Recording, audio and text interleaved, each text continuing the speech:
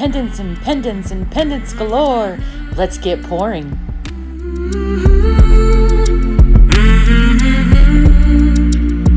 Today we are going to be focusing on creating skins, which is basically dried acrylic paint that I use for pendant making.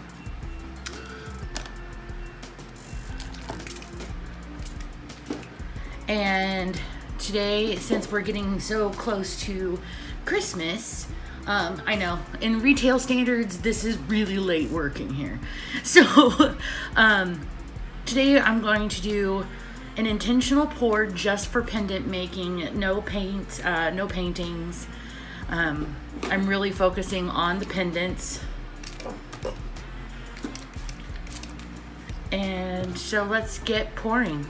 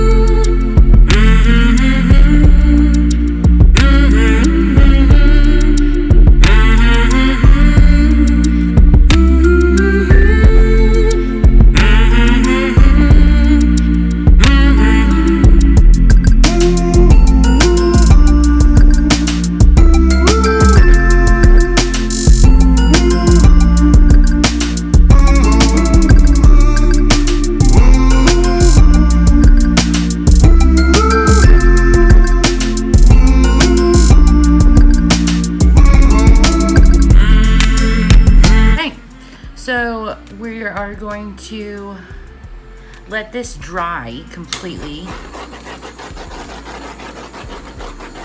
and then I will come back, show you what the dried look is, and possibly show you how I make pendant jewelry. All right, see you when it's dry. All right, so it has been 24 hours approximately. The paint is dry, and here are the finished, well, here's the finished colors, and it did dry darker than, you know, when it was first originally poured, and that is normal, because once I put the glass dome on it, it will brighten up the color. Very cool. So now I'm going to show you what I do to make my pieces. All right, so the first thing I do is I work on getting and peeling up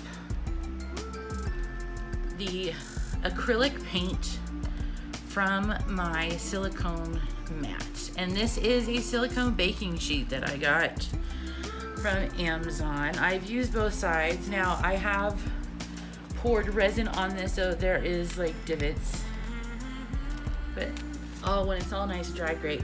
It comes off in one nice big piece, and there is the top side, which is the part that you can see as it's drying, and then there's the underneath, which is the side that was on the mat. And you can use either side depending on what kind of look you're going for. Like there's an option for over here, maybe even over here. But for the purpose of this, we are going to be using the other side. All right. And what I do is I take my little glass cabochon. This is a 25 millimeter cabochon. And I have a gold tone bezel here. It's called a bezel blink. And what I do is I put my cabochon down and I look to see what area do I like best, which area do I want to use. Now, before we even looked at anything, I did actually find a spot that I wanted to use for this purpose. So now that I picked my spot, I am going to glue it down to the acrylic paint. This is, I use diamond glaze for both gluing the cabochon onto the acrylic paint, as well as gluing the acrylic paint side to my bezel. Take this. I'm going to add a very small amount to the bottom.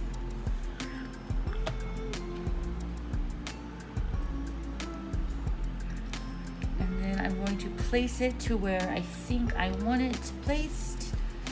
Move it around just a little to get some of those air bubbles out. And then I'm going to press it onto the acrylic paint until it doesn't move. And then I'm going to let that dry.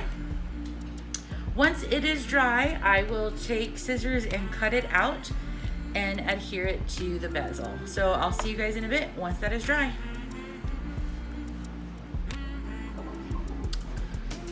While we're waiting for the round one to dry, I also ended up doing a square pendant as well. And so now I'm going to cut them out and put them on the bezel. And I do try to cut things out so that in case I can use this again. There's all different sizes of cabochons and bezels to make any size jewelry you want.